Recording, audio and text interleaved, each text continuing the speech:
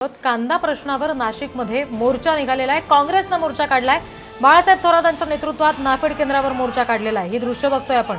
शेतकऱ्यांकडून कांदा खरेदी न करता नाफेड व्यापाऱ्यांकडून कांदा खरेदी करतोय असा आरोप केला गेलाय। कांदा खरेदीमध्ये भ्रष्टाचार होत असल्याचाही आरोप केला जातो।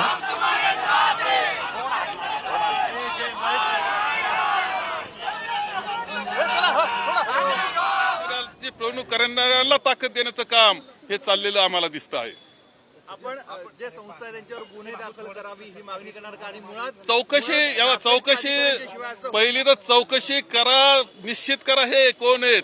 अरे तुम्ही अवसायनात गेलेल्या कसं काय पद्धतीने परवानगी देता? चांगल्या संस्थाला न देता कोट्यावधी रुपयाच्या टर्नवरती होता। त्या संस्था कोणाच्या ताब्यात आहेत? कोणते